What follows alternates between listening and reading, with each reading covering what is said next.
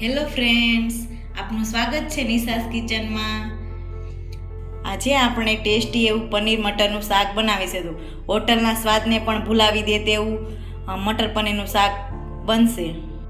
આજે આપણે મટર પનીરના શાક બનાવવા માટે જરૂર પડશે પનીર, મટર, કોથમીર, ટમેટા, ડુંગળી, ખાંડ, કસૂરી મેથી, લાલ મરચું પાવડર, કાજુ, હળદર, ધાણા જીરું, લસણ, મીઠું, વઘાર માટે તમાલપત્ર, જીરું અને લાલ મરચું અને ફ્રેશ ક્રીમ. સૌપ્રથમ આપણે કઢાઈ લીધી છે, તેમાં તેલ લીધું છે, તેમાં આપણે જીરું નાખીશું.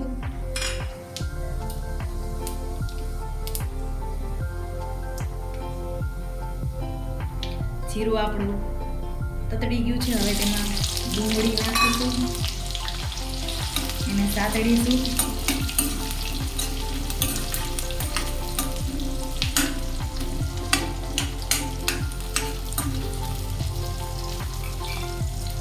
ત્રણ થી 4 મિનિટ ડુંગળીને સાતળશું, ગોલ્ડન બ્રાઉન થાય ત્યાં સુધી. હવે આપણે ડુંગળીને 4-5 મિનિટ થઈ ગઈ છે અને ગોલ્ડન બ્રાઉન તમને દેખાય છે. હવે તેમાં આપણે મોટા સમારેલા 2 મીડિયમ ટમેટા નાખીશું.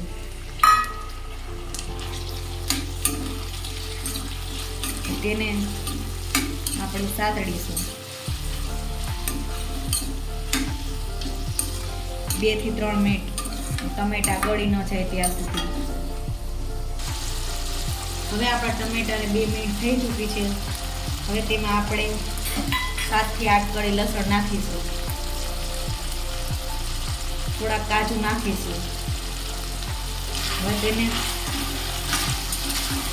મિક્સ કરીશું.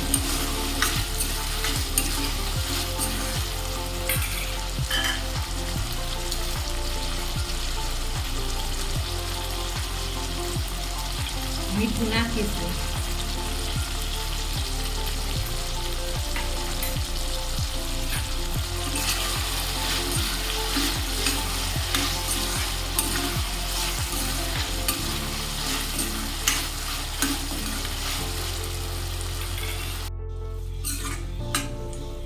હવે આપણું આ મિશ્રણ રેડી છે, તેને ઠંડુ થવા દેશું. હવે આપણું મિશ્રણ ઠંડુ થઈ ચૂક્યું છે. હવે આપણે મિક્સી બાઉલમાં લઈ અને તેની પેસ્ટ બનાવીશું.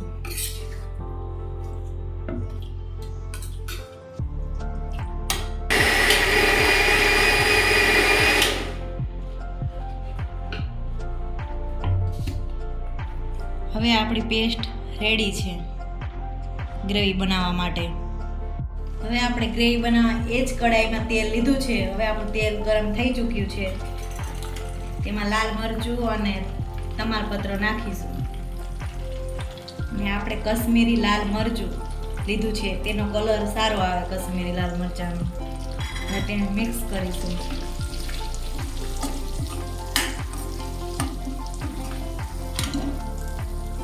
હવે આપણે પેસ્ટ બનાવેલી છે તે એડ કરીશું. હવે આપણે મિક્સ કરી દઈશું. તમે જોઈ શકો છો કશ્મીરી લાલ મરચું, તેનો કલર સારો આવે છે શાકમાં.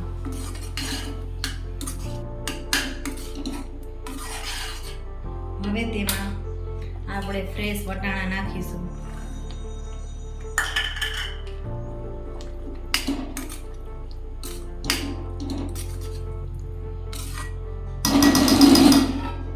હવે તેને ઢાંકીને 2 મિનિટ થવા દેશું.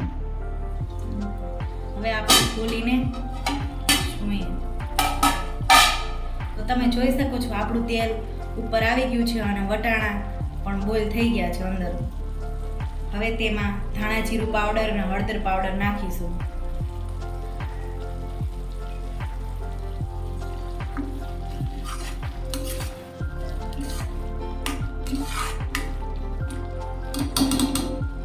હવે તેમાં આપણે પનીર એડ કરશું.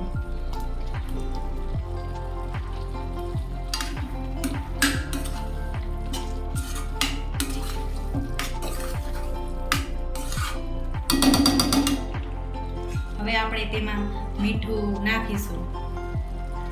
એડજસ્ટ કરી નાખવાનું છે, પહેલાં આપણે એડ કર્યું હતું.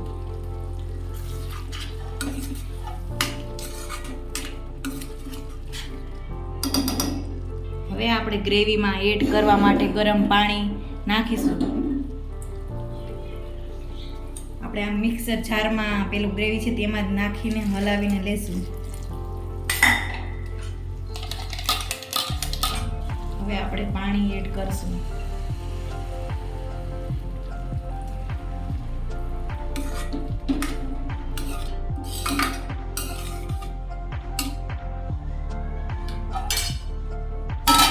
તેને 5 મિનિટ કૂક કરશું.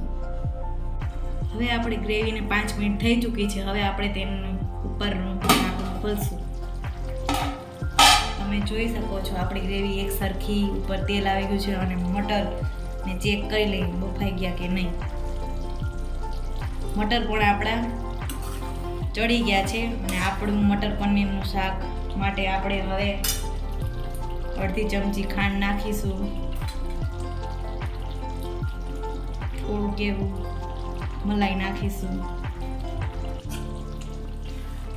હવે તેને હલાવીશું.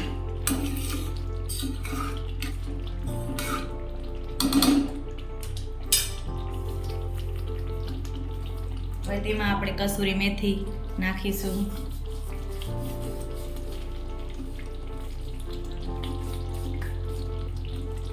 હવે આપણે ગેસની ફ્લેમ ઓફ કરીશું. હવે આપણું મટર પનીરનું શાક રેડી છે. હવે આપણે ઉપરથી કોથમીર નાખીશું. આપણું પનીર મટરનું શાક રેડી છે. તમે જોઈ શકો છો એકદમ સરસ એવું પનીર મટરનું શાક દેખાઈ રહ્યું છે. હવે તેને આપણે સર્વ કરીશું. તેને આપણે પનીર મટરના શાકને આપણે કુલચા, નાન, પરાઠા સાથે લઈ શકીએ છીએ.